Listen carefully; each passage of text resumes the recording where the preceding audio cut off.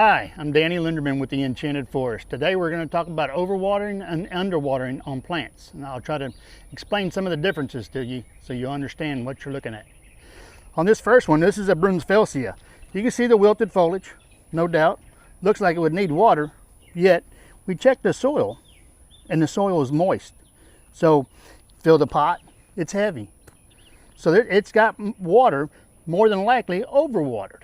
So don't always assume that something's dry when it's wilted. It could be too wet. This next one is a salvia. This is wilted because it is dry. The soil is dry, there's no moisture in there, so it just needs a drink.